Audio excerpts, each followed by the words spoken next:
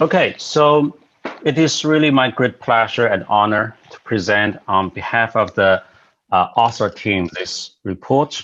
The mission of of Luohan Academy is to work with the best minds to tackle the first order issues on how to better embrace digital technology. We're hoping that this report can stimulate more discussions on the important issue of data and privacy today and later. So we know that in both theory and practice, promoting data sharing has always been fundamental for human cooperation. So in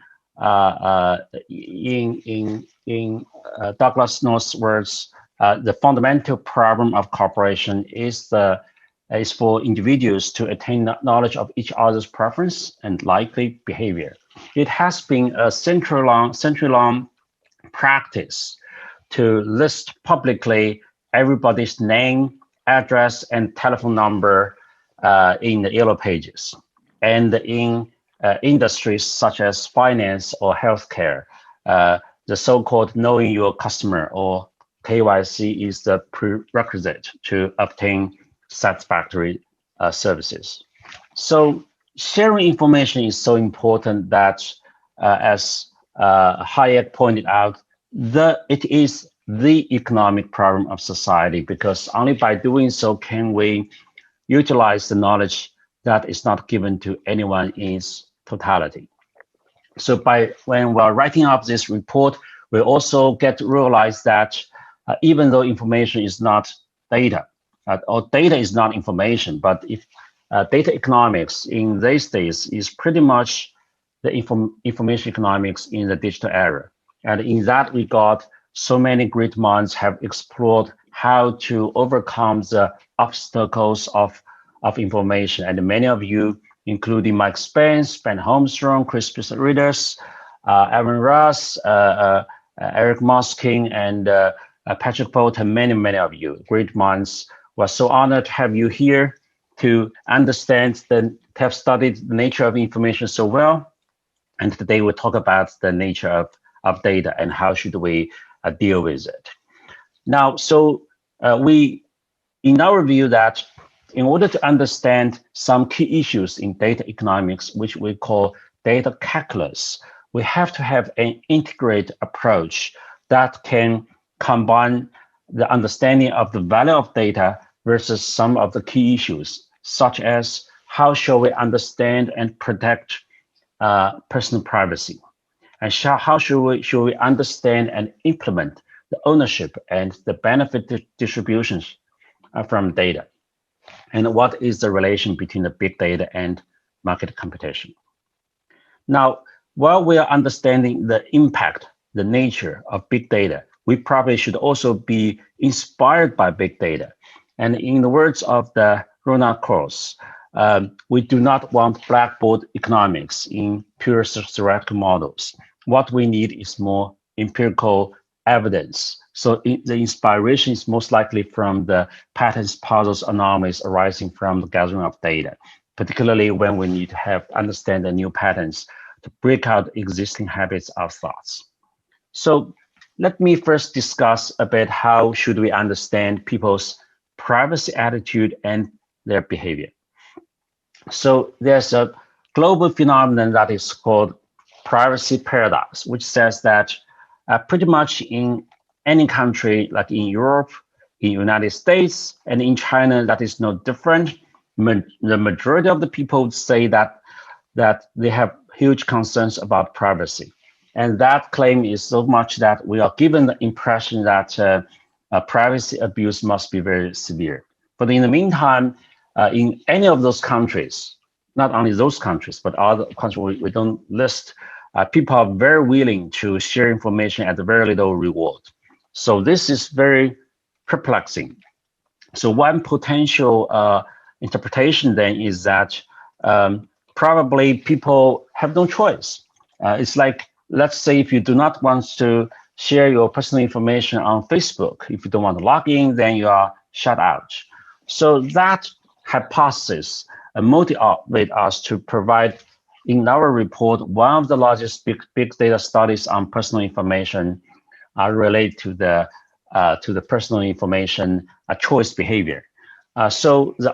We're using the Alipay data. So idea is this. So on Alipay's platform, there are actually tens of thousands of those something called mini programs. They are actually the pop-up apps that provides all kinds of services from, let's say, transportation, restaurants booking, travel planning, takeout, delivery, etc. So those, for you to authorize the service, they actually you have to authorize them. So you can opt in, and later you can try to opt out.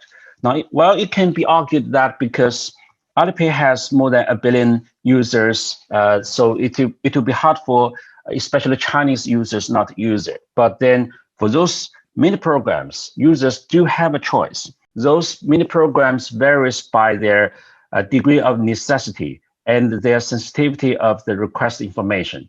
So then we can have a very interesting angle to study how hundreds of millions of people make personal information related choices when they do have options. So the first pattern we find is that while there's some difference between the male and the female, males are more willing to share, higher educated people are more willing to share, and younger people are willing to share. But on average, about 75% of the users, when they are requested to ask whether they are willing to share some information to get the service, they will opt in. So the majority of people are willing to do that, and there's really regret, which, for example, after they opt in, they're using the service, only about 0.1% of them will actually opt out per month, and that number is actually very consistent. If you look at United States, Canada, and Europe, actually the people opt out a very tiny bit, which means they're not really regretting their choices. Now, and also people are very willing to try new apps. So when they try, in those graphs here, the horizontal axis is the number of the users, which is a proxy for the popularity. You can see that people are very willing to try new apps, regardless of how many users they already have. But they're more likely to opt out if it's a newer app later. Probably that means the service is not good enough. Now, another thing is that, so here we have two graphs here. You can see that horizontal axis is either the age or the digital age. And there are two patterns here. One pattern is that the more sensitive of the information, those pop-up apps ask, the less willing are people to opt in, which makes a lot of sense. So people actually do care about the privacy issues. The second pattern is that the younger people are more enthusiastic to share. Then it's the older people are also, but you see people in the middle they are more hesitant. And also when people have more digital experience, they are more willing, the less willing, that becomes more cautious. But when they get the more actual experience, digital experience, they are actually open up to try more digital services. So that's the general pattern. So that means they do embrace more data sharing in the long run when they are more digitally versatile. Now, those patterns are actually consistent globally.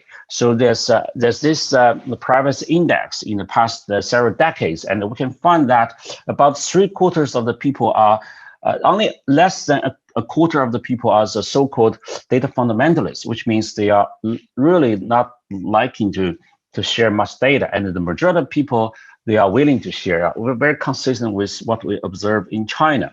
Actually, in a separate paper I wrote with Professor Wei Xiong and a couple of other my colleagues at Luohan Academy and Princeton University, we found that it is precisely the people who are more concerned about privacy, that precisely the one they actually use more digital services.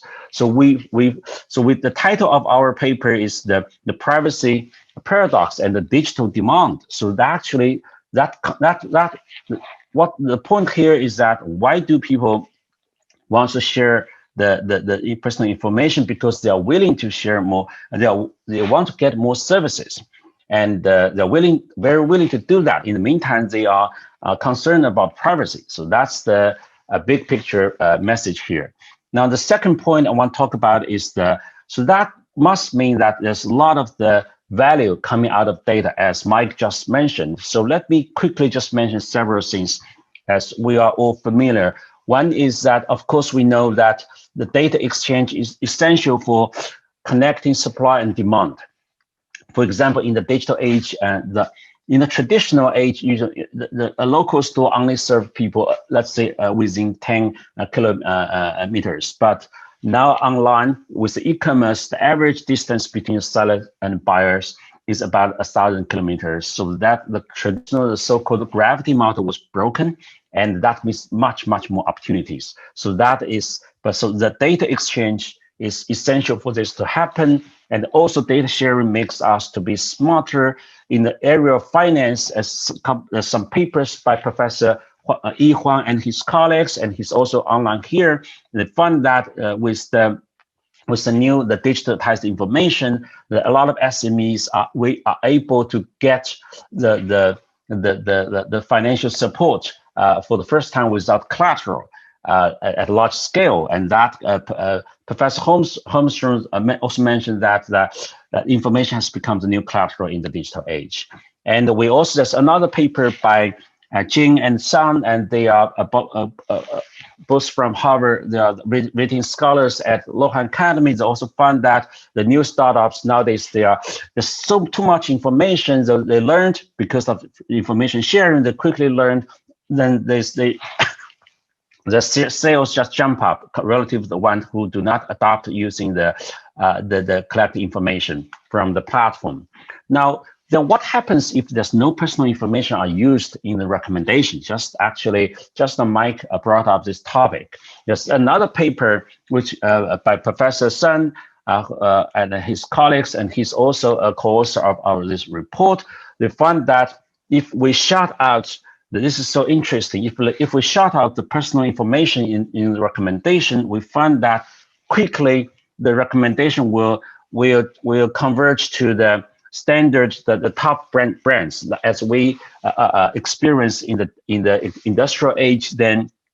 But then the consumers quickly find that that's not what they want because it doesn't fit their personal needs. So the click-through rate just dropped, and also but actually the actual purchase dropped by whopping close to 80%. So as you can see, that it hurts the consumers and it hurts the producers, especially the small brands.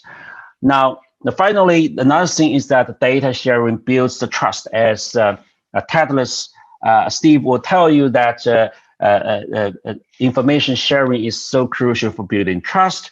And on the typical platform nowadays, it's everybody, every participant, they share, they rate every product, every seller, and every procedure of the service. So together they build a trust information such that you can have hundreds of millions of people and tens of millions of the sellers as if they are dealing within the same room. So connecting to each other by make us smarter, by building trust. This is what you can see that digitized data is helping to make the Hayek's point more concrete.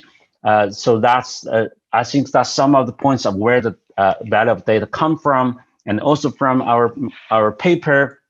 Then that means, so when we think about consumer benefits, it's not only the benefits of the protecting the privacy, it's also the benefits to get the services by providing some kind of personal information. So then the best policy to deal with personal data is not locked up, because you are really hurting the consumers this way, but actually to let the information to flow in market mechanism. In the meantime, we try to find the best way to protect privacy. Then that led us to the third question. Then that is, what is the logic? What is a good way of protecting the data and the privacy security? In the meantime, we can promote information exchange. Now, the basic idea here from what we summarize from practice, we summarize practice in the report, is that it requires a coupling of the private engineering with privacy privacy engineering with privacy enhancing technology. Privacy engineering means that essentially it's the privacy by design. So it is the user-oriented, protection-oriented principle, which it builds this into the design and use of the software and service. And that is coupled with the privacy enhancing technology. So let me give you one example at the aunt group's practice. This is just one practice. It doesn't need to be us, but at the aunt group practice at the collection stage, then the data collection should be permitted and it should be minimized. You don't collect all the information, and after the information is collected, before anybody can use it, it should be desensitized. And at the storage stage, and it can also be cryptized, such that if somebody steal it, they don't know how to use it. Then it's only at that stage people inside can start to use it. And when you exchange the data with other people, it is the desensitized, cryptotized information.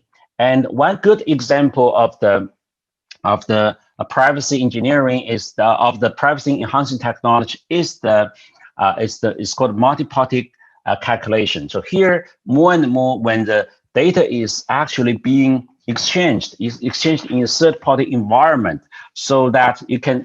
This is something called a zero knowledge proof. So that you actually share the information to find your solution, but it actually cannot trace back to the original data. So that's the point. So there's a good logic that if you combine with the privacy engineering and the privacy enhancing technology, then it is possible to do this. And if you do this, then it is possible that the privacy and security risk does not necessarily increase as more data are shared. And we've seen these similar things happen historically in the food industry and in the in the airplane industry. So you can nowadays we eat a lot of food, but we're not worried about being poisoned, even though it's provided by the private companies. Or you take a lot of planes, but you're not as worried about it's going to be crash because of technology and some principles.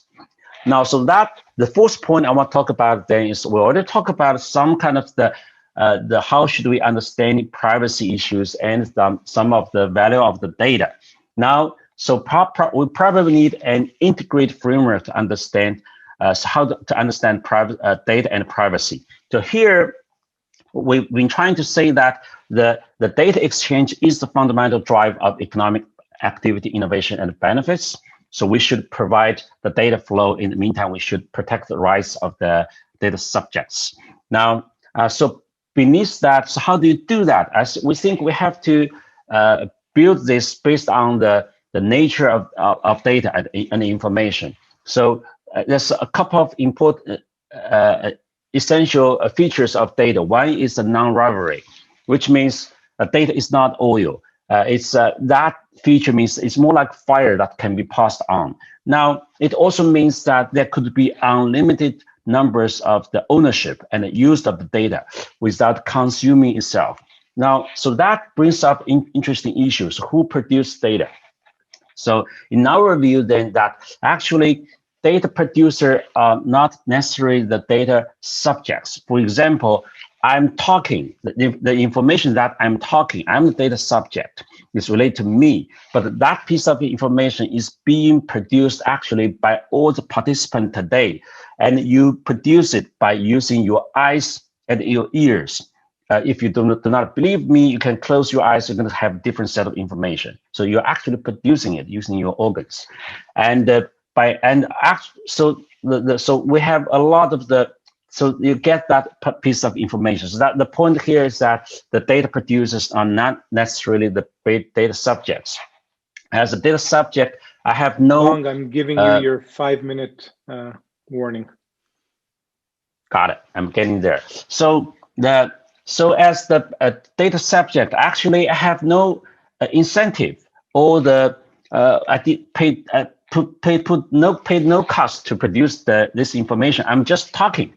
And so I'm not trying to just produce the data. So that's my point. So there's a difference between data subject and data producers. And finally, we believe another thing that we should pay attention to is is the use case, because the value of the data and how data produced is continuous process in a particular use case, or let's call it the real economic activities.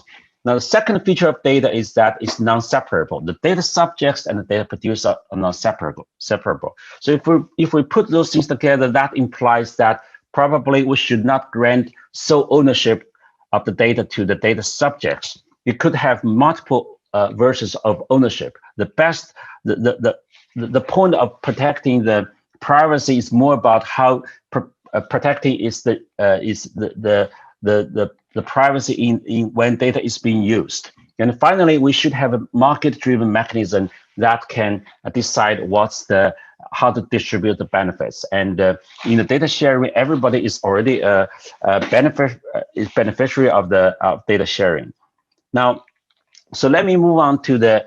So that's like I do not have enough time, but that's the rough framework of how we think about the data. So and we find that in reality, the evolving principles of privacy protection are consistent with the data calculus framework. Now we all know that there's this so-called fair information practice, FIPS, that is the building foundation for later laws and regulations on privacy and personal data governance, including the OECD guidelines, GDPR, and the CCPA. And the key point here is that none of them, now they're different in some aspects, but none of them is trying to lock up data or restrict sole ownership. They aim to promote secure and privacy protected data flow. Let me give you some quote. And as OECD pointed out, we're trying to harmonize privacy legislation, and while holding up such human rights, we're trying to prevent interruptions in international flow of data. And in FTC, back in 2016, they pointed out we're trying to maximize the benefits of big data while mitigating risks. And a quote by Peter Wing. He's the Chief Privacy Officer and Director of U.S. Department of Justice Office of Privacy and Civil Liberties. And as he pointed out, trust is fundamental to the efficacy of any institution. And the people can be blinded by a false choice that online privacy governance must either be a Leviathan state social control with an absolute sovereign, or a free market system based solely on private property rights. So that seems to be consistent with what we're trying to say. The best way to protect the privacy is not to restrict the sole ownership, because that fits the nature of data, but actually we have to protect when it's being used. Now, the final part is the relation between the data and the market competition. And so one question people frequently ask these days is, to what extent is big data causing the maybe winner takes all? And we believe this has to be taken case by case. Let me give you some China's evidence. For Alibaba, that is most familiar with a couple of things. One is the e-commerce. And with e-commerce, you can see, let me give you one example, is a company called Pinduoduo. And that in the past 4 to 5 years, it has grown from nothing to a company that has market cap, I just checked this morning, is $240 billion. So that is e-commerce. My point here is that in the e-commerce market, while a lot of the players, they are still growing in a healthy way, but the market share of the top players is diverging more and more. That's in the e-commerce, in the payment, mobile payment, which is something Ant Group is very familiar. You can see that Ant in the early days as the pioneer, it holds almost like 80% of the share. That now it's getting down to lower than 50%. So it's getting more diverged. We can see the similar patterns in the advertisement industry, and there's more players at the TikTok and coming up. And the most famous one of the big data leader was the Baidu, and its share is clearly going down. And so the market, the company is kind of trailing back. And in the world, in the United States, across the world, we can see that it's not only in China, the market share is spreading, and also the firms rise fast, but they also decline very fast. It's much, and also the number of years a company can stay as a S&P 500 companies is clearly declining. And the old, if we look at the companies back in year 2000 who claim they're big data leaders, now a lot of them are gone. More than half of them are gone, and very few can take the lead. And why is that case? Because as we all know that data is only one part, one part of the production input, as it's part of the business. So we actually still competing through the business. So your business models matters. There's also a big gap between the data and the valuable information. Probably Ben Holmstrom or Tom Sargent will tell you that. So that actually from data to the business insight takes a lot of the skills, and also the value of the data actually declines very fast. In the words by Professor Catherine Tucker, for resource to provide the market with a great lasting advantage, it must be inimitable, rare, valuable, and sustainable. Data is none of this. And so also the network is double-edged. Anyway, so Long, I'm giving and you we also find 1 minute warning. For sure. Thanks. I appreciate it. So and also we find that both online and with the online offline, the price in China and in the United States is actually converging. So this is another good signal of it's a very competitive market. And so anyway, so another point is does big data leads to discrimination against and harm consumers? And I think there's a lot of evidence. So there could be instance of that, but a lot of evidence against that. There's very little academic evidence suggests this is the mainstream. And I think there's one good reason for that, because it's for the first time actually producers knows who the customers are. It's really up to them. It's their benefit to actually to stay with the consumers for a long time. So ripping them off at every case is not up to their benefit. And finally, we know that is in all the industry that's being reshaped by the digital technology. There's a lot of innovation. That's the key. And on the platforms, on the digital platforms, like on Alibaba's platform or in Apple, you can see a lot of innovations coming up. So let me summarize. We're trying to explore the data calculus in the digital age in this report. We try to answer some of the questions. In particular, we'll try to understand people's privacy attitude and behavior. We try to understand where does the value of data come from. We try to answer how to protect data and privacy security while promoting information exchange. We're trying to provide an integrated framework to understand data and privacy. And we also say something about the logic of data governance and the data and the market competition. And finally, you can try, there's a couple of ways to get the full report. You can either scan the QR code, which is part of the digital technology, or you can go to the website, our website, to download it. So thank you very much. And it's just a start, and we hope we can stimulate, we can be useful for further discussion. Thank you.